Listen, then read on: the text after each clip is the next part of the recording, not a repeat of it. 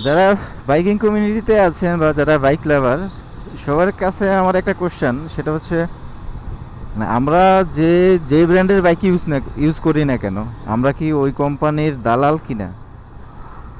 সেটার অ্যান্সারটা আপনারা আমাকে দিবেন। কারণ আপনি এক কোম্পানির বাইক ইউজ করছি, আমি অন্য কোম্পানির বাইক ইউজ করছি। তার মানে আমি যে কোম্পানির বাইক ইউজ করতেছি, আমি তো ওই কোম্পানির দালাল কেন হব? তাহলে আমি যদি ওই কোম্পানির দালাল হয়ে থাকি, তাহলে আপনি যে বাইকটা ইউজ করছেন, তাহলে আপনি ওই কোম্পানির দালাল। বিকজ অফ দ্যাট, কারণ কোম্পানির বাইক ইউজ করলে যদি ওই কোম্পানির দালাল হয়ে যায়, যারা এই কথাগুলো বলেন, তাহলে আপনি যে কোম্পানির বাইকটা ইউজ করছেন নিশ্চয়ই তাহলে আপনি ওই কোম্পানির দালাল অথবা পেইড সার্ভিস। আপনি যদি ওই কোম্পানির পেইড সার্ভিস না হইতেন, তাহলে আপনি তো অন্য অন্য একজনকে ছোট করে হেয় করে একটা কথা বলতেন না। বাইকিং কমিউনিটিতে আমরা যারা আছি ভাই ভাই সবাই ভাই ভাই, একজন আরেকজনের বিপদ আপদে আমরা সবসময় পাশে থাকি।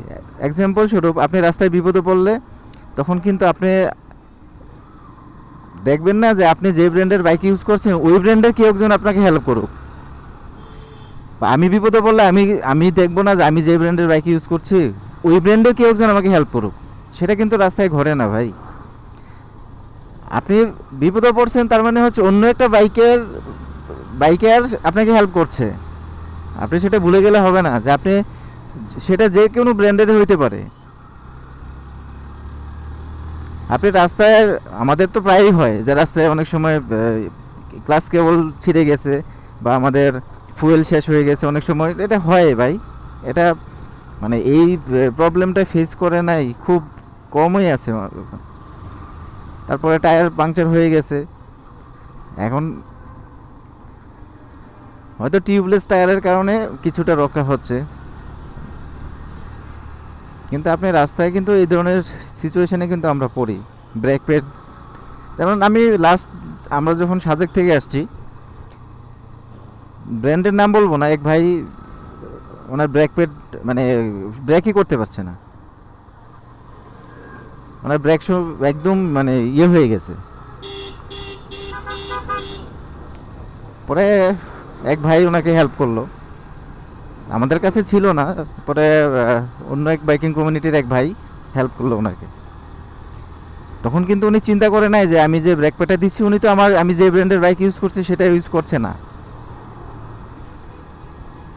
আপনি রাস্তায় যখন বিপদে পড়বেন তখন কিন্তু এই ব্র্যান্ড হিসেব করে কিন্তু সাপোর্ট নেবেন না। তখন বিপদ থেকে কিভাবে উদ্ধার হওয়া যায় সেটা আগে চিন্তা করবেন। সুতরাং একজন আরেকজনের বাইককে কচ্ছপ বলবেন, তারপর হচ্ছে অন্য ব্র্যান্ডের বাইক ইউজ করলে আপনি দালাল বলবেন, এগুলো তো মোটেও ঠিক না ভাই। আপনার পছন্দ আপনার ব্র্যান্ড, আমার পছন্দ সেটা আমার কাছে, যার যার পছন্দ তার তার কাছে বেস্ট। সুতরাং একজনের পছন্দ অপছন্দ সেটা আপনি হেয় করে দেখতে পারেন না। কি হইল? এই সে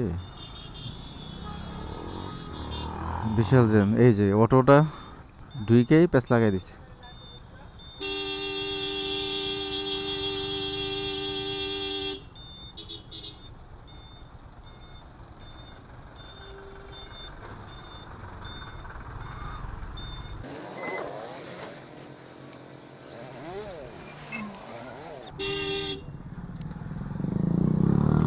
বিশাল জ্যাম, আর এখানে জ্যাম নর্মালি একটা সিরিয়াল মেনটেন করে, আর জ্যামটা মেনলি শুরু হচ্ছে অটোগুলোর কারণে। আচ্ছা, এই জায়গাটা পার হই তারপরে কথা বলতেছি।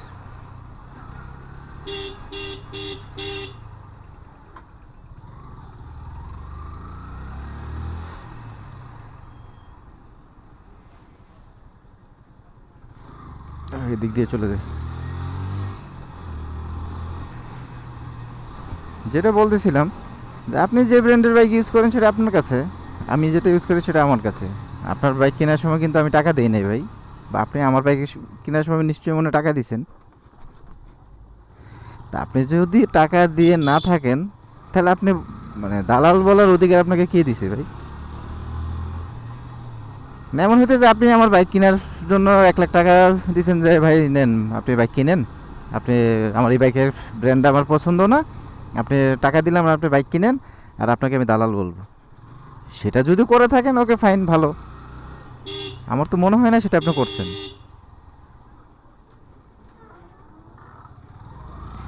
যদি সেটা করে না থাকেন তাহলে আপনি কেন দালাল বলবেন?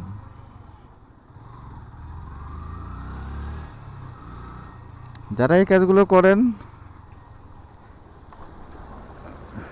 এটা মোটেও ঠিক না, এগুলো আপনার করা উচিত না ভাই।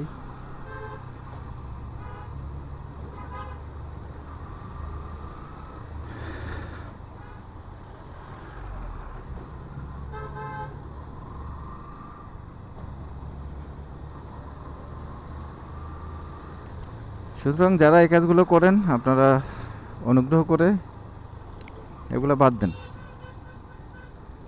নিজের চরকায় তেল দেন।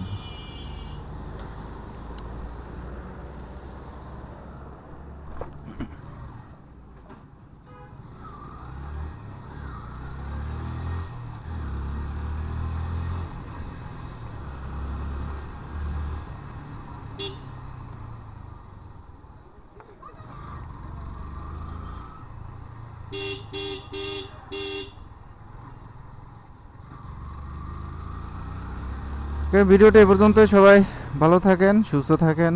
আর হ্যাঁ, আপনারা যারা অন্য ব্র্যান্ডের বাইক ইউজারদেরকে দালাল বলেন, আপনাদেরকে আপনাদের বিবেক বুদ্ধি জাগ্রত হোক। আসসালামু আলাইকুম।